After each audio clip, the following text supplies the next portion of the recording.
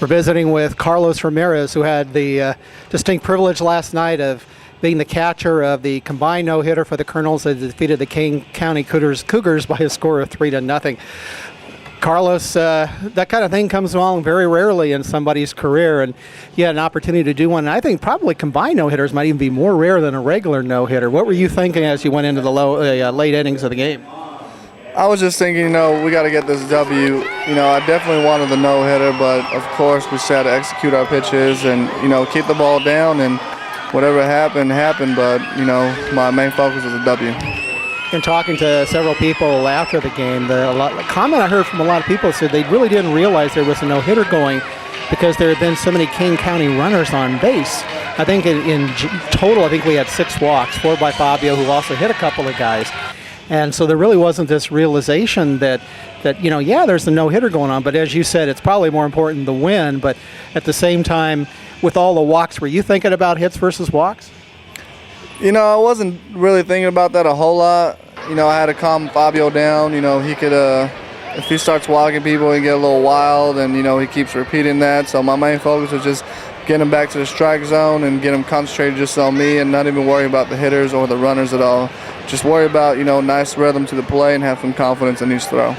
Well, let's actually talk a little bit about Fabio, because I did film quite a bit of him last night, and there will be video of Fabio up on futureangels.com real shortly. Obviously, he's on Baseball America Top 10 Prospects list, somebody that a lot of people are watching. How would you profile where he is right now? If he still keeps continuing what he's doing, he's on the right track. He has an electric fastball, electric slider, working on his changeup. His changeup is improving really good. So he just needs to stay consistent with his delivery. If he can stay consistent, then he has a really bright future. Let's talk about your career, drafted by the Angels in the draft last year out of Arizona State. So you probably weren't that far away geographically from where the minor league complex is there in Phoenix, along with a lot of other complexes. Do you guys in the college level there, are you aware of all that going on during the spring, summer, and fall, that there is this minor league activity that's out there? Do you ever cross paths with those folks?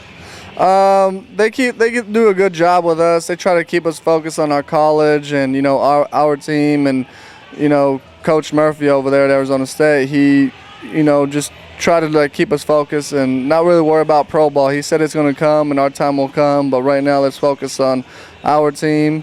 Then when the draft comes and after you sign, then you can start focusing on that, because baseball is baseball. So you sign, and the Angels send you up to Orem, Utah, where Tom Kochman's been the manager ever since day one for that franchise. Most successful manager in Angels minor league history. He's significantly over 1,500 wins. So you had an opportunity to play for a legend. What were your impressions of playing for Koch? He's a great manager. If anyone got to play with him, they would say the same thing. He's just the type of manager. He expects a lot from you, but he also wants you to have fun as you play. And he says, it's your guys' game. You guys go have fun.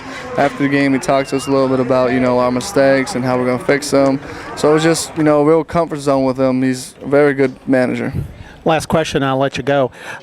Your first spring training, I would assume, was probably your first close encounter with Mike Scioscia as well. How did that go?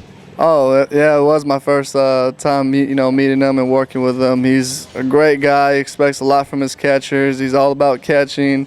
He's just a baseball genius, and getting a chance to work with him was unbelievable. Carlos, thank you very much for your time. He's got to run and get ready to catch Pat Corbin in the bullpen, so we'll have video of both of them from the game later today. Thanks again. Thank you for the interview.